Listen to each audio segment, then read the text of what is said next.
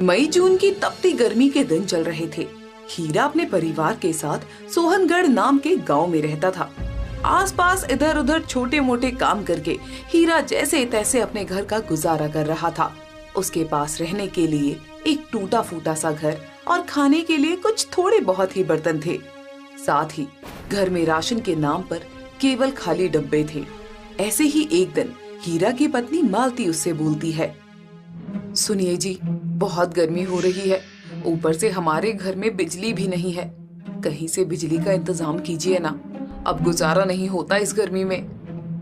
मैं तुम्हारी परेशानी समझता हूँ मालती, पर मैं क्या करूं? मेरी इतनी औकात नहीं है कि घर में बिजली का तार लगवाकर तुम्हारे लिए यहाँ पंखा ही लगवा दूं। जी अगर ऐसा ही रहा तो हम तो गर्मी में मर ही जाएंगे। इस बार गर्मी भी बहुत ज्यादा हो रही है। देखिए तो किस तरह कड़कड़ाती धूप पड़ रही है। गर्मी तो सच में बहुत ज्यादा पड़ रही है, बर्दाश्त ही नहीं होता है। मैं देखता हूँ, अगर कुछ हो पाया तो मैं जरूर करूंगा। अभी मैं काम पर जा रहा हूँ। इतना कहकर हीरा अपने काम के लिए निकल जाता है और हर दिन की तरह मेहनत मजदूरी करना शुरू कर देता है। पर बहुत ज्यादा गर्मी होने की वजह से काम करना बहुत ही ज्यादा मुश्किल हो रहा था, जिस वजह से हीरा थोड़ी देर पास में लगे पेड़ के नीचे आराम से 2 पल बैठ जाता है। तभी हीरा अपने साथ काम कर रहे रामू नाम के आदमी जो उसी पेड़ के नीचे बैठा था उससे बोलता है, रामू भाई, इस बार तो गर्मी बहुत ही ज्यादा पड़ रही है। सच में ऐसा लग रहा है कि सूरज हमारी जान ही चूस लेगा। ये तो आपने बिल्कुल सच कहा हीरा भाई, गर्मी तो इस बार बहुत ही ज्यादा है। मैं तो घर जाकर आराम से कूलर के आगे बैठकर हवा लेता हूँ, तब जाकर कहीं राहत मिलती है, वरना दिन भर इतनी धूप में काम करके तो शरीर एकदम पिलपिले आम की तरह हो जाता है। अच्छा भाई, वैसे ये कूलर कितने तक कहा जाता है? अरे मैंने तो पिछले साल 15,000 का लिया था, लेकिन हवा एकदम ठंडी ठंडी देता है। मजा आ जाता है भाई उसके आगे बैठकर। मैं भी सोच रहा था भाई कि अपनी बीवी के लिए और अपने लिए एक कूलर ले लूं, और इतने पैसे ही नहीं है मेरे पास। अब भाई काम की चीज तो महंगी ही आती है, एक बार पैसा लगाओ तो सालों साल चलती है। बात तो सही है, पर सालों साल लेने के लिए पैसा भी तो चाहिए ना। बात तो सारी पैसों की है भाई। पैसा तो हर चीज में लगता है, पर सिर्फ कूलर लेकर क्या करेगा तू? तेरे घर में तो बिजली भी नहीं है। हाँ ये तो है, कूलर कौन सा प्रकृति का हवा से चल जाएगा। कूलर के साथ साथ बिजली भी तो चाहिए। तो तू एक काम कर, किसी के यहाँ से टाका लगा ले तार का, और फिर बिजली ले अपने घर पर। रात को जब सब सो जाते हैं तब तो टाका लगा लिया करना, और सुबह जल्दी उठकर हटा दिया करना। किसी को क्या पता चल रहा है? अरे कम से कम रात तो ठीक से गुजर जाएगी। ऐसे ही हीरा और रामू काफी सारी बातें करते हैं, जिसके बाद दोनों थोड़ा सा आराम करके फिर से अपने काम में लग जाते हैं। शाम तक गर्मी में काम करते करते हीरा की हालत बहुत खराब हो जाती है। जैसे ही वो थका हुआ घर जाता है तो घर में उसे और भी ज्यादा घुटन महसूस होती है, क्योंकि उनके घर पर कोई पक्की छत तो थी ही नहीं। बस छत के नाम पर उन्होंने टीन रखा हुआ था, जो गर्मी की वजह से बहुत ज्यादा तप रहा था, और कमरा किसी तंदूर से कम तो बिल्कुल नहीं लग रहा था। हाल बेहाल रामू घर के आंगन में जमीन पर ही लेट जाता है। तभी मालती बोलती है, जी क्या हुआ, आप ठीक तो है ना? अरे हाँ मैं ठीक हूँ, जमीन बहुत ठंडी ठंडी लग रही है, इसीलिए मैं इस पर लेट गया। रुकिए, मैं हाथ वाला पंखा लेकर आती हूँ और आपको हवा कर देती हूँ। मालती जल्दी से हाथ वाला पंखा लेकर आती है और हीरा को हवा करना शुरू कर देती है। पंखे की हवा से हीरा को कुछ सुकून महसूस होता है। तभी उसे एकदम से रामू की कही हुई बात याद आने लगती है और वो मालती से इस बारे में बात करने लगता है, जिस पर मालती बोलती है, जी आपको लगता है क्या ऐसा करना ठीक है? वैसे देखा जाए तो गलत भी नहीं है। रात को हम भी सुकून से सो पाएंगे और सुबह होते ही हम टाका हटा दिया करेंगे। चलो ठीक है, मैं करता हूँ इसका भी कुछ। सबसे पहले मैं भंगार की दुकान से पुराना पंखा ले आता हूँ।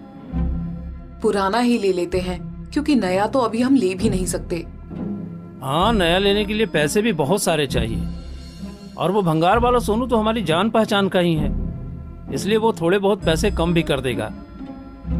कल मैं जाकर उससे बात करता हूँ और पंखा खरीद कर ले आता हूँ, और साथ में टाका लगाने के लिए तार भी लेकर आऊंगा। फिर उसके बाद आगे का काम करते हैं। ऐसे ही अगले दिन हीरा गांव के ही एक भंगार वाले की दुकान पर जाता है, जहां पर कई तरीके के पुराने कूलर पंखे रखे हुए होते हैं। हीरा सबको एक एक करके देखने लगता है। भंगार वाला सोनू बोलता है, क्या लेना है हीरा भैया? अरे सारे कूलर पंखे अच्छे से देख लिए तुमने? सब के सब देख लिए, कोई पसंद आया क्या? ये वाला पंखा कितने का है भाई? 1000 का है, पर तुम्हें 700 में दे दूंगा। ले लो, बढ़िया चलता है एकदम। 700? पर मेरे पास सारे पैसे एक साथ नहीं है। मैं तुम्हें थोड़ा थोड़ा करके पैसे दे दूंगा। क्या भैया, भंगार की दुकान चला रहा हूँ, कौन सा सोने की दुकान चला रहा हूँ जो तुम किस्तों पर पैसा दे रहे हो? मान जाओ ना भाई, गर्मी बहुत है, थोड़ी सी राहत आ जाएगी।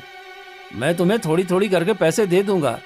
चलो, तुम पर इतना यकीन तो है भैया, ले जाओ, लेकिन पैसे दे देना। मैं तुम्हारा एक एक पैसे दे दूंगा। अरे पैसे की चिंता मत करो। ठीक है, ले जाओ। साथ में लंबी तार भी दूं क्या? अरे साथ में लगाने के लिए। हाँ, लंबी सी तार भी दे देना। सोनू के भंगार की दुकान से हीरा पुराना पंखा और तार लेकर अपने घर आ जाता है और घर जाकर पंखे को अच्छे तरीके से साफ करता है। तभी वहाँ मालती आ जाती है और बोलती है, अजी ये पंखा चल तो जाएगा ना? इसकी हालत देखकर तो नहीं लग रहा कि ये चलेगा। अरे नहीं, चल जाएगा। और वैसे भी भंगार में कुछ भी नया थोड़ी ना मिलता है, पुराना है तो क्या हुआ, कोशिश करेंगे तो जरूर चल जाएगा। आपने ये सोचा है कि हम तार कहाँ से लाएंगे, यानी कि टाका कहाँ से लाएंगे? टाका लगाने के लिए मैं लंबी तार लेकर आया हूँ, सीधा खंभे से ही लगा लेंगे। घर के आसपास तार लगने और कटने का डर है। हीरा अच्छे से उस पंखे की सफाई करता है और टाका लगाने की सारी तैयारी कर लेता है।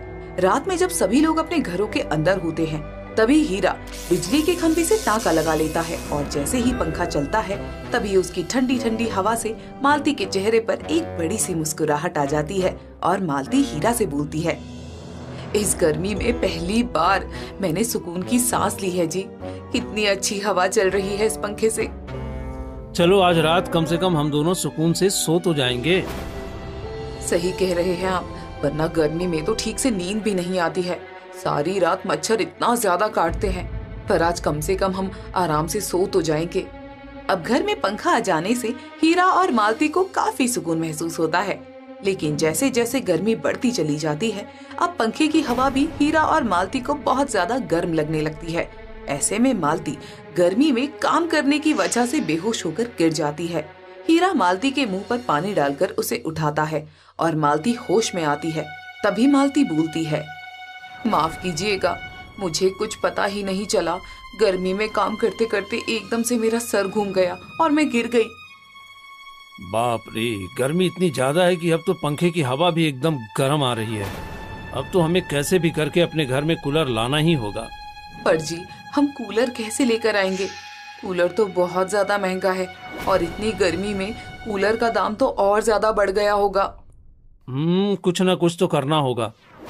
अगर कूलर खरीद के नहीं ला सकते तो फिर हमें कूलर घर पर ही बनाना होगा, वो भी अपने तरीके से। घर पर बनाना होगा? लेकिन घर पर कूलर कैसे बन सकता है?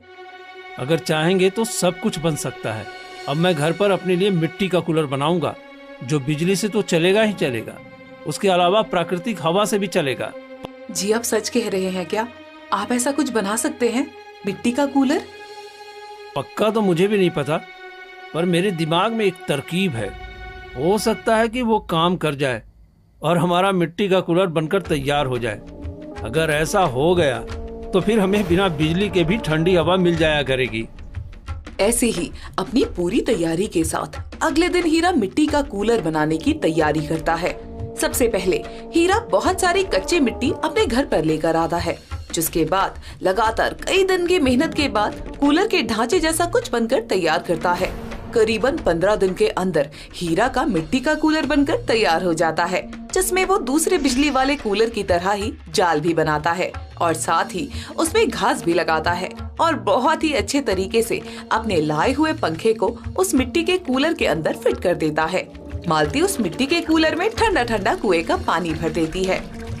रात के समय जैसे ही हीरा रोज की तरह तार का टाका लगाता है, तभी उस मिट्टी के कूलर से एकदम ऐसी ठंडी ठंडी हवा आने लगती है। इतनी ठंडी हवा तो उनके घर में लगे हुए पंखे की भी नहीं थी। उस ठंडी हवा के झोंके से दोनों पति पत्नी के चेहरे पर सुकून की मुस्कान आ जाती है। तभी मालती बोलती है, आपकी तरकीब तो सच्ची में काम कर गई। ये मिट्टी का कूलर तो बहुत ही ज्यादा अच्छा है।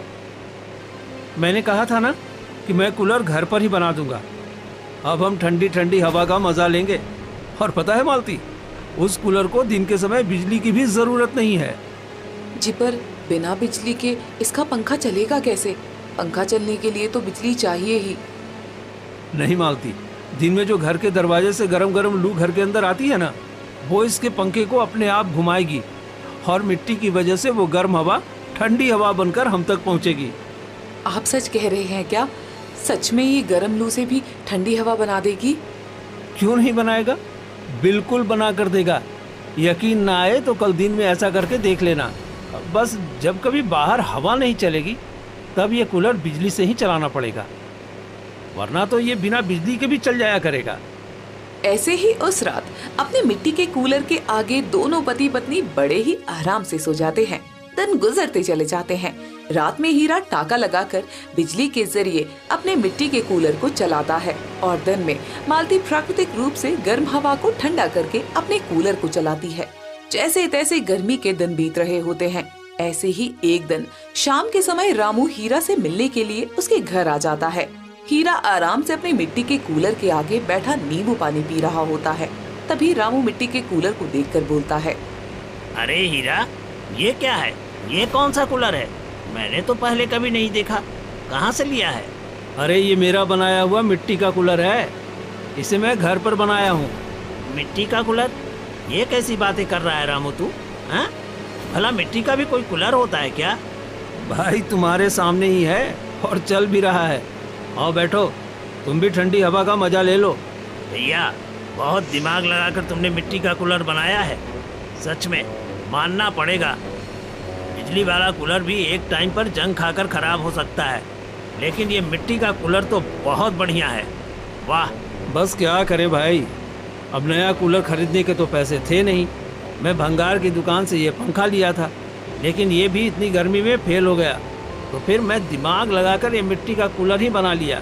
अब हमारी गर्मियाँ आराम से बीत रही हैं। सच में भाई साहब, आपको पता है कि कूलर ज्यादा पानी भी नहीं खाता और ये बिजली और बिना बिजली दोनों से ही चलता है।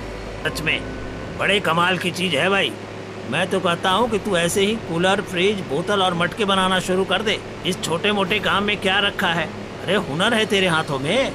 ऐसे ही काफी देर बातें करने के बाद रामू वहाँ से चला जाता है और देखते ही देखते गर्मी के दिन गुजरते चले जाते हैं और कहीं न कहीं हीरा और मालती के दिमाग में रामू की कही वो बात घूमती रहती है। और ऐसे ही एक दिन मालती हीरा से बोलती है, जी मुझे लगता है कि उस दिन जो रामू भाई साहब कह रहे थे वो बात बिल्कुल ठीक थी। अरे कौन सी बात? वो मिट्टी के मटके, मिट्टी की बोतलें, ये सब बनाने वाली बात। अरे ये कूलर तो मैंने जैसे तैसे बना लिया, क्योंकि हमारे पास पंखा था। हम ऐसे 2-4 कूलर और बनाएंगे तो हमें उसके लिए पंखे भी तो चाहिए, और पंखे लाने के लिए पैसे चाहिए, और पैसे हमारे पास है नहीं। जी मेरी एक दोस्त है, वो हमें जमींदार से थोड़े पैसे उधार दिलवा सकती है। मुझे लगता है कि हमें एक बार इस काम के लिए पैसे लेकर देख लेना चाहिए। हमारा ये काम क्या पता चल जाए। पर अगर हमारा काम नहीं चला तो फिर हम कर्ज के नीचे आ जाएंगे ना। तब हम क्या करेंगे बताओ? जी मेरा दिल कहता है आप एक बार कोशिश तो करके देखिए। मेरे कहने पर अगर हम इस काम में नाकामयाब हो गए तो आपके साथ साथ मैं भी काम करूंगी और हम मिलकर कर्ज उतार देंगे। मालती के बार बार कहने पर हीरा उसकी बात मान जाता है, जिसके बाद मालती अपने एक दोस्त की मदद से जमींदार के यहाँ से कुछ पैसे कर्ज पर उठा लेती है। इसके बाद हीरा उन पैसों से कुछ नए पुराने पंखों को खरीद कर लाता है और अपने घर में मिट्टी के कूलर और मिट्टी के बर्तन बनाना शुरू कर देता है। हीरा रामू की मदद से तैयार हुए सभी मिट्टी के कूलर को शहर के बाजार में ले जाता है, जहाँ पर मिट्टी के बने हुए हीरा के कूलर को सभी लोग बहुत ज्यादा पसंद करते हैं और एक ही दिन में हीरा के बने हुए सारे मिट्टी के कूलर बिक जाते हैं और उसके बदले में उसे बहुत अच्छे पैसे मिलते हैं। वहीं दूसरी तरफ मालती भी मिट्टी के बने हुए बोतलों, बर्तन और अन्य कई सारी चीजों को अपने सर पर एक टोकरी में भरकर गली गली जाकर बेचती है। दोनों पति पत्नी को मिट्टी के कूलर और बर्तन के इस व्यापार से कुछ दिनों में काफी सारा लाभ हो जाता है।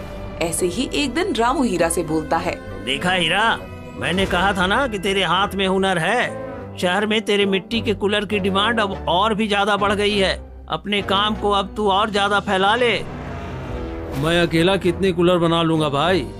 एक काम करो ना, आज से तुम भी मेरे साथ मिट्टी के कूलर बनाने का काम शुरू कर दो। जो भी लागत और मेहनत होगी हम दोनों आधी आधी कर लिया करेंगे। मुझे बड़ी खुशी होगी हीरा तेरी मदद करके। और हमें भी आपसे मदद लेकर बहुत खुशी होगी, क्योंकि आप ना होते तो शायद कभी हम इस व्यापार को शुरू करने के बारे में सोचते ही नहीं। अरे मैं तो बस जो देखा वही कहा।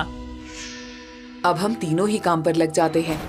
बहुत सारे लोगों ने मिट्टी की बोतलों, मटकों और बर्नियों का ऑर्डर दिया है।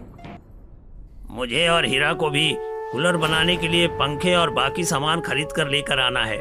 हम भी काम पर लग जाते हैं।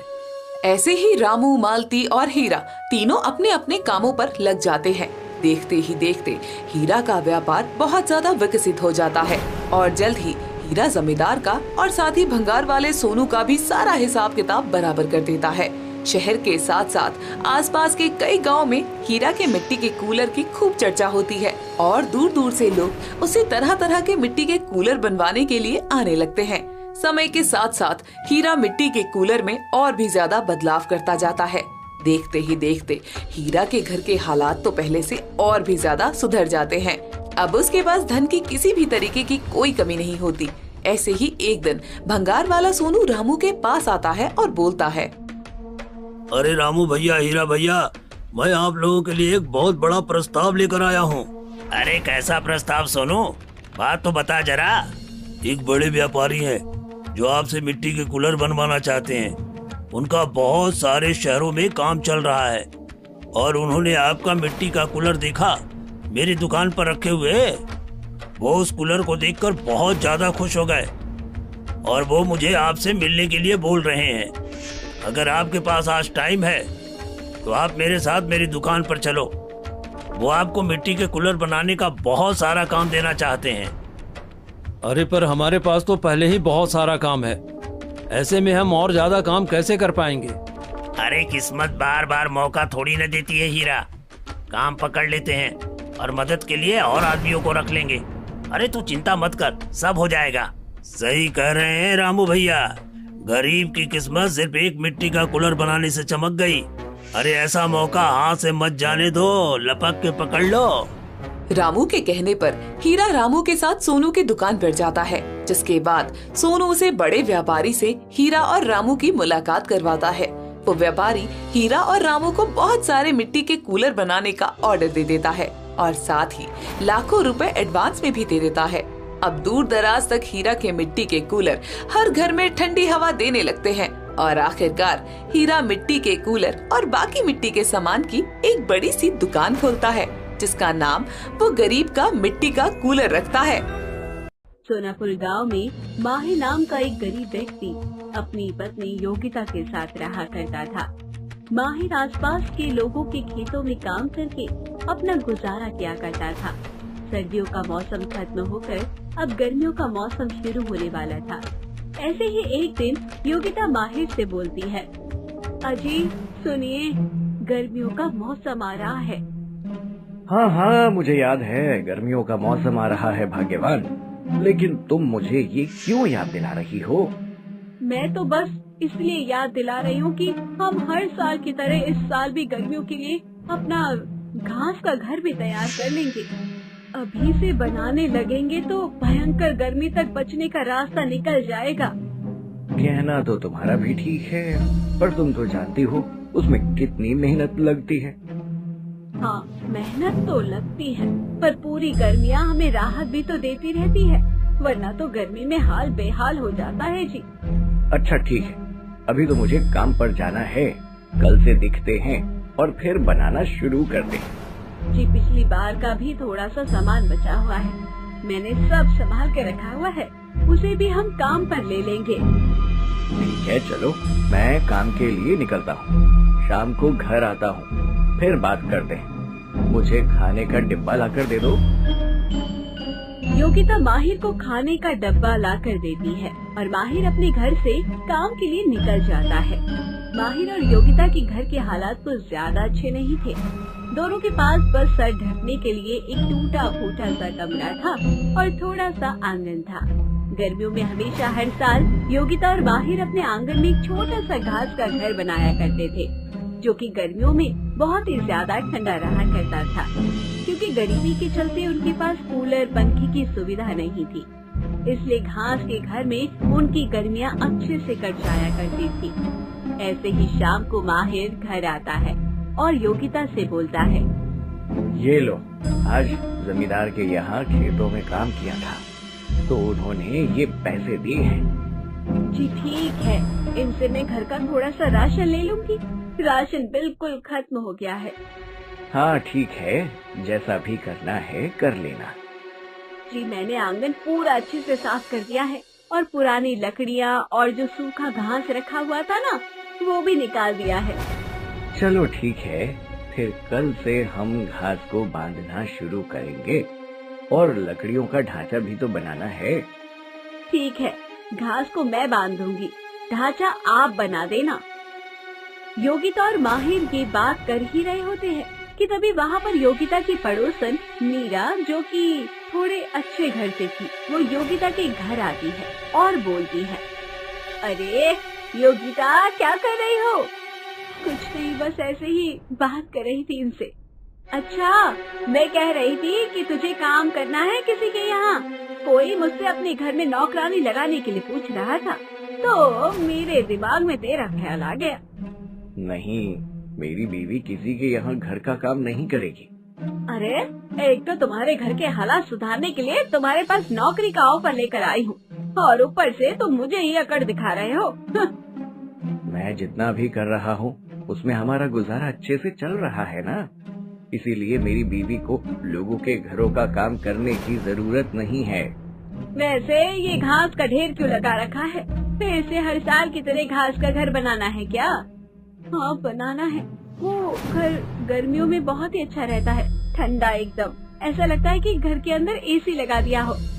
बढ़िया ही एसी लगा दिया हो। फालतू की बातें बनानी तो तुमसे ही सीखे कोई। अरे इस घास के घर से तो अच्छा है कि तुम अपना कोई पक्का मकान बना लो। कब तक इस तरह परेशान होते रहोगे? जब ईश्वर चाहेंगे तो हमारा पक्का मकान भी बन जाएगा, पर अभी के लिए हमारा ये घास का घर भी हमारे लिए किसी महल से कम नहीं। गरीबी में नाक तक डूबे हुए हो, लेकिन अकड़ इतनी ज्यादा है जैसे कोई शहंशाह हो। ये ठीक है, जैसी तुम्हारी मर्जी, मुझे क्या। मैं तो यहाँ तुम्हारे भले के लिए आई थी, लेकिन अगर तुम्हें मेरी बात नहीं सुननी तो मैं कर ही क्या सकती हूँ। आप दोनों आपस में बहस क्यों कर रहे हो? तुम्हारे ही पति को बहस करने की आदत है, मुझे नहीं है। जा रही हूँ यहाँ से। आजकल तो भलाई का जमाना ही नहीं है। एक तो लोगों की मदद करो, ऊपर से 10 बातें भी अलग सुनो। मीरा वहाँ से चली जाती है और मीरा के जाते ही माहिर योगिता से बोलता है, मैंने तुमसे कितनी बार कहा है योगिता कि ये औरत मुझे बिल्कुल भी पसंद नहीं है, और तुमने कहा था इससे कि ये तुम्हारे लिए कोई काम ढूंढ दे। जी मैंने ही कहा था, मुझे माफ कर दीजिए। आपके ऊपर पैसे कमाने का इतना भार पड़ जाता है और उसके लिए आपको इतनी मेहनत करनी पड़ती है। इतनी गर्मी में भी आप जमींदार के खेत में इतना काम करते हो, उसे देखा नहीं जाता जी। मैं अपने लिए तुम्हारी चिंता समझता हूँ, लेकिन तुम्हें काम करने की कोई जरूरत नहीं है। माना कि हम गरीब हैं, लेकिन अभी हालात इतने भी बुरे नहीं हैं कि तुम्हें घर घर जाकर लोगों का काम करना पड़े। मैं खुद भूखा रह सकता हूँ, लेकिन तुम्हें ये सब करते हुए नहीं देख सकता हूँ। तुम ज्यादा सोच विचार मत करो। अच्छा ठीक है, आप शांत हो जाइए। अब से मैं ऐसा नहीं करूँगी। हम तो अपने घास के घर के बारे में बात कर रहे थे ना। हम उस बारे में ही बात करते हैं। कल से हम अपने घास का घर बनाने का काम शुरू कर देंगे और दोबारा तुम इस औरत के पास कभी नहीं जाओगी। बदतमीज कहीं की, मदद करने के बहाने हमारा मजाक बनाने के लिए चली आती है। ऐसे ही अगले दिन से माहिर और योगिता गर्मियों की शुरुआत होने से पहले अपने घास के घर को बनाना शुरू कर देते हैं। माहिर एक एक पतली लकड़ी को जोड़कर घास को टिकाने के लिए ढांचा बनाता है और योगिता घास को सीधा करके उसकी पतली पतली चादर बनाती है। लगातार कई दिनों की मेहनत के बाद आखिरकार माहिर और योगिता का गर्मियों के लिए घास का घर बनकर तैयार हो जाता है और योगिता अपने घास के घर को देखकर बोलती है, चलो ठीक है, अब गर्मियों के लिए हमारा ठंडा घर तो बनकर तैयार हो गया। अब हम आराम से इसमें पूरी गर्मी रह सकेंगे। हाँ ये तो है योगिता, लेकिन मेहनत बहुत लगी इसे बनाने में। मगर ये सुकून है कि अब सारी गर्मी हमें सुख मिलता रहेगा। हम कितनी मेहनत से गर्मियों में ये घर बनाते हैं और फिर भी सर्दी आने से पहले हमें इसे हटाना पड़ता है। कोई बात नहीं, हर मौसम के हिसाब से और अपनी गरीबी के हिसाब से हमें गुजारा तो करना ही है। सर्दियों में हमें हमारा वो टूटा फूटा घर कमरा भा जाता है और गर्मियों में हमें ये घास का घर भा जाता है। ऐसे ही सर्दियों का मौसम पूरे तरीके से खत्म हो जाता है और गर्मियों के मौसम की शुरुआत हो जाती है। एक दोपहर जब बहुत ज्यादा गर्मी होती है, तभी माहिर एक बड़ा सा तरबूज लेकर घर पर आता है और हाथ मुंह धोकर जल्दी से अपने घास वाले घर के अंदर जाता है। तभी योगिता बोलती है, जी आ गए आप, मैं आप ही का इंतजार कर रही थी। आप बैठिए, मैं आपके लिए मटके का ठंडा पानी लेकर आती हूँ। हाँ पानी ले आओ, बहुत तेज प्यास लगी है और ये तरबूज भी लेकर आया हूँ मैं, इसे भी काट लो, खा लेंगे। गर्मियों में तरबूज खाना बहुत अच्छा होता है। खेत में काम करके बहुत पसीना निकलता है, इसे खाकर शरीर में पानी की कमी पूरी हो जाएगी। पर ये तरबूज तो बहुत ज्यादा ही गर्म है। इतना गर्म तरबूज खाओगे तो तरबूज खाने का मजा ही नहीं आएगा और ये जो गर्मी लगेगी वो तो अलग। तो थोड़ी देर के लिए इसे पानी में डुबा दो, जब ठंडा हो जाए तब खा लेंगे। अरे इतनी गर्मी की वजह से पानी भी गर्म हो गया है। कोई बात नहीं, मैं आसपास किसी की फ्रिज में ये तरबूज रखवा देती हूँ, ठंडा होगा तो खा लेंगे। ठीक है, जैसा तुम्हें सही लगे। अब मैं थोड़ी देर आराम कर लूं। बहुत ठंडक मिल रही है अपने घास वाले घर में। ऐसा लगता है कि अब हमारा ठंडा ठंडा एसी वाला घर यही है।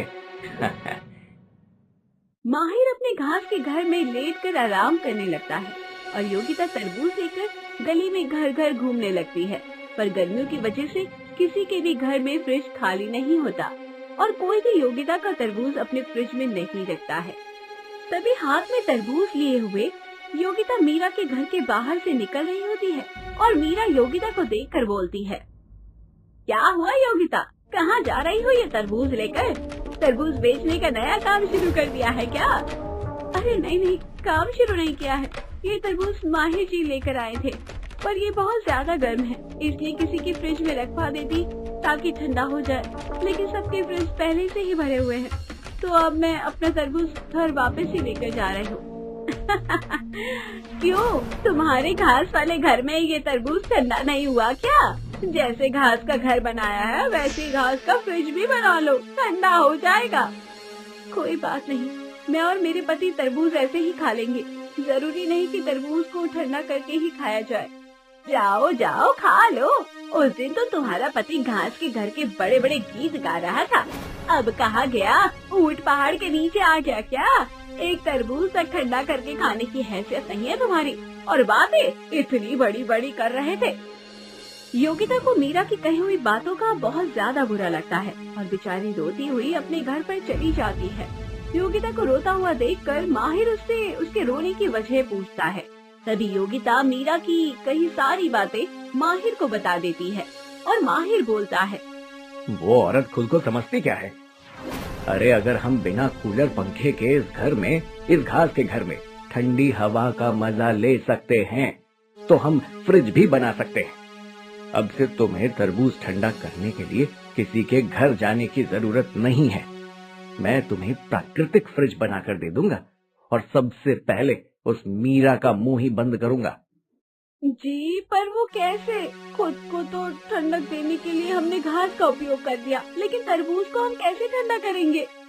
बस तुम देखते जाओ योगिता, पहले के जमाने में जब ये आधुनिक फ्रिज नहीं होते थे तब भी तो लोग खुद ही सब कुछ करते थे ना। बस तुम अब मेरा कमाल देखती जाओ। इतना कहकर माहिर बाहर जाता है और चूल्हा बनाने के लिए जिस मिट्टी का उपयोग किया जाता है वो मिट्टी लेकर आता है, जिसके बाद माहिर मिट्टी का एक छोटा सा बक्से जैसा कुछ बनाकर तैयार करता है और उसे सूखने के लिए रख देता है। बक्से के अच्छे से सूख जाने के बाद माहिर फिर उसे अच्छे से आग पर पकाता है जब तक कि वो मिट्टी का बक्सा एकदम पक्का न हो जाए। बक्सा तैयार होने के बाद माहिर उसे बक्से में पानी भर देता है और बोलता है, ये लो, तुम्हारा प्राकृतिक फ्रिज बनकर तैयार है। अब जैसे मटके में पानी ठंडा रहता है वैसे ही इस बक्से में भी पानी ठंडा रहेगा। इसमें तरबूज, आम या फिर कोई सा भी फल डालकर हम ठंडा कर सकते हैं। जी ये तो बहुत ही ज्यादा अच्छा है, इसमें तो बिजली की भी जरूरत नहीं है। बिल्कुल सही। चलो अब हम इसे उठाकर अपने घास वाले घर में रख देते हैं। वहाँ पहले से ठंडक है तो इसका पानी और भी ज्यादा ठंडा हो जाएगा, और पानी जितना ठंडा होगा उतना ही ठंडा इसके अंदर रखा हुआ सामान होगा। ऐसे ही अब माहिर और योगिता अपनी प्राकृतिक फ्रिज में तरबूज को रखते हैं और आराम से उसे ठंडा करके खाते हैं। दिन गुजरते चले जाते हैं। हर पल गुजरते दिन के साथ गर्मी और भी ज्यादा बढ़ती चली जाती है। अब गर्मी इतनी ज्यादा बढ़ जाती है कि लोगों को कूलर पंखे के नीचे भी राहत नहीं मिलती। वहीं बढ़ती गर्मी के साथ बिजली के लंबे लंबे कट लगना भी शुरू हो जाते हैं। दिन में तो फिर भी लोग जैसे तैसे अपना वक्त गुजार लिया करते थे, लेकिन रात में बिना बिजली के सोना बहुत ही ज्यादा मुश्किल था। ऐसे ही एक दिन जब योगिता बाजार से घर लौट रही थी, तभी वो देखती है कि गली के सभी घरों की लाइट गई हुई है और सभी औरतें हाथों में पंखा लिए हुए अपने घरों के बाहर बैठी हैं। तभी सरला नाम की एक औरत योगिता को रोकते हुए बोलती है, अरे योगिता, इतनी गर्मी में कहाँ जा रही है तू? मैं बाजार गई थी आंटी जी, थोड़ा काम था मुझे। अरे गर्मी बहुत ज्यादा हो रही है और ऊपर से ये बिजली के लंबे लंबे कट लग रहे हैं। पंखा चला चला कर तो मेरे अब हाथ ही दर्द करने लग गए हैं। पता नहीं लाइट कब आएगी। तो आप मेरे साथ चलिए ना, मैं आपको इस तपती गर्मी में बिना बिजली के एकदम ठंडक का एहसास दिला सकती हूँ। अरे ये क्या मजाक कर रही है तू गर्मी में मेरे साथ? यहाँ तो गर्मी के मारे तेरा दिमाग भी पिघल गया है। बिना बिजली के गर्मी में राहत कैसे मिल सकती है? कूलर पंखे सब तो बिजली से चलता है। जब तक ठंडक महसूस ना हो तब तक गर्मी से राहत कहाँ से आती है? अरे मैं कह रही हूँ ना, आप चलिए तो सही मेरे साथ। ये जो गर्म गर्म लू चल रही है ना, ये आपको सच में ठंडी हवा जैसी लगेगी। अच्छा ठीक है, चलती हूँ तेरे साथ। बता कहाँ जाना है? और कहाँ जाना है? मेरे घास वाले घर में जाना है। घास वाला घर? अरे वो जो तुम पति पत्नी हर साल बनाते हो, वो वाला? हाँ वही वाला। आप उसमें चलकर तो देखो, आपको बहुत अच्छा लगेगा। अरे नहीं नहीं नहीं नहीं, मैं नहीं जा रही हूँ वहाँ। उसमें तो और ज्यादा गर्मी लगेगी। अरे मेरी बात मानकर एक बार चलिए तो सही मेरे साथ। अगर गर्मी लगे तो वापस आ जाना। योगिता सरला को अपने साथ ले जाती है और जैसे ही सरला योगिता के घास वाले घर में प्रवेश करती है, तभी उसे बहुत ही ज्यादा ठंड का एहसास होता है और तभी योगिता सरला को मटके का ठंडा ठंडा पानी पिलाती है, जिसे पीकर तो सरला को इस गर्मी में और भी ज्यादा आनंद आ जाता है। पर सरला योगिता से बोलती है, अरे योगिता, तूने तो सच कहा था, बहुत ठंडक है यहाँ पर तो। मैंने तो आपसे पहले ही कहा था, इस घास के घर में बाहर जो लू चलती है ना, वो घास की वजह से फिल्टर हो जाती है और फिर वो ठंडी हवा में बदल जाती है। ये तो बड़े ही कमाल का है। अरे हमारे घर का आंगन इतना बड़ा है, एक काम करना, तू और तेरा पति मिलकर मेरे घर के आंगन में ऐसा एक छोटा सा घर बना दो। अरे कम से कम चैन की सांस तो मिलेगी जब बिजली नहीं आती तो। इस बारे में मुझे इनसे बात करनी पड़ेगी। जितना खर्चा आएगा मैं देने के लिए तैयार हूँ, बस मेरे लिए ऐसा घर बना दे। ऐसे ही कुछ देर बाद सरला चली जाती है और शाम को जैसे ही माहिर आता है, तभी योगिता सरला की कही बात को माहिर को बताती है और माहिर बोलता है। ठीक है, अगर वो अपने घर के आंगन में हमारे जैसा घास का घर बनवाना चाहती है तो हम बना देंगे। जैसे भी अगर किसी को हमारे घास के घर बनाने से लाभ मिल जाता है तो इसमें हमारा क्या ही जाता है। जी, मैं भी यही कह रही थी, जो लाभ हम ले रहे हैं वो लाभ हम बाकी लोगों को भी तो बता सकते हैं। आखिर गर्मी में तो सभी परेशान रहते हैं। ऐसे ही अगले दिन माहिर और योगिता मिलकर सरला के घर के आंगन में घास का घर बनाना शुरू कर देते हैं। कुछ दिनों की मेहनत के बाद आखिरकार सरला के घर के आंगन में घास का घर बनकर तैयार हो जाता है। अब सरला को देखकर और कोई भी लोग माहिर और योगिता से अपने अपने घर के आंगन में घास का घर बनवाने लगते हैं और गर्मियों में भी घास के घर के अंदर ठंडक का जो मजा लेते हैं। इतने सारे घास के घर बनाने के बाद अब माहिर और योगिता के पास भी अच्छे खासे पैसे जमा हो जाते हैं, जिसके बाद वो अपने टूटे फूटे घर की मरम्मत करवाते हैं और बिजली की व्यवस्था करवाते हैं। देखते ही देखते माहिर और योगिता के पास घास के घर बनाने की बात दूर दूर तक फैल जाती है। हर कोई उनसे घास का घर बनवाने के लिए बातें करने आता है। अब माहिर के घर में फ्रिज, कूलर, पंखा आदि जैसी सारी सुख सुविधा आ जाती है और ये सब कुछ देखकर मीरा को अपनी गलती का एहसास होता है। ऐसे ही एक दिन मीरा योगिता के घर आती है और बोलती है, मुझे माफ कर दो योगिता, मैं तुम्हारा बहुत मजाक बनाया ना, लेकिन तुम्हारे घास के घर में तुम्हें इतनी तरक्की दे दी, अब तो तुम्हारे घर के हालात भी मुझसे और ज्यादा अच्छे हो गए हैं। कोई बात नहीं, भूल इंसान से ही तो होती है, तुमसे भी हो गई। मुझे तुमसे किसी भी तरह की कोई शिकायत नहीं है। मीरा ये सब बोल रही थी कि तभी वहाँ पर माहिर आ जाता है और मीरा उसे देखकर मुंह नीचे कर लेती है। तभी माहिर बोलता है, क्या हुआ मीरा, तुम्हें भी कुछ काम है क्या? हम गरीबों से हमारे घास के घर का मजाक उड़ाने आई हो क्या फिर से? मजाक उड़ाने नहीं आई मैं तो माफी मांगने आई हूँ। मुझे बहुत पछतावा है। मैंने जो भी बातें तुम दोनों से कही मुझे वो नहीं कहनी चाहिए थी। हर इंसान अपने हालातों से लड़ना भली बात ही जानता है। बस मुझे मेरी अमीरी का थोड़ा सा घमंड आ गया था, उसके चलते ही मैंने ये सब बोल दिया। मुझे माफ कर दीजिए। ठीक है भाई, अगर योगिता ने तुम्हें माफ कर दिया है तो मैं भी तुम्हें माफ कर देता हूँ, पर एक चीज का ध्यान रखना, फिर कभी भी किसी गरीब का मजाक मत बनाना। नहीं, कभी किसी का मजाक बनाऊंगी नहीं, मैं वादा करती हूँ मैं तुम दोनों से। चलो फिर योगिता, अब हमें काम पर भी तो लगना है। एक आखिरी घास का घर रह गया है, वो बनाना है। पर जी, जिन जिन लोगों ने हमसे घर बनाने के लिए कहा था हमने तो सबके घर बना दिए, तो फिर अब किसका घास का घर बनाना बाकी है? अरे मीरा, किसका? इसके लिए भी तो घर तैयार करना है। तुम दोनों सच कह रहे हो क्या? तुम मेरे लिए सच में घास का घर बना दोगे? बिल्कुल सच कह रहे हैं। गलती करके माफी मांग लेना सबसे अच्छी आदत है, और तुम्हें खुद ही तुम्हारी गलती का एहसास हो गया, ये तो और भी अच्छी बात है। चलिए जी, मैं तैयार हूँ। चलो मीरा, अपने घर पर घास का घर बनाने में तुम भी हमारी मदद करना चाहोगी? बिल्कुल, मैं तो पूरे दिल से करूँगी। ऐसे ही सभी लोग मिलकर मीरा के घर जाते हैं और गर्मियों में आखिरकार मीरा के घर पर भी घास का घर बनकर तैयार हो जाता है।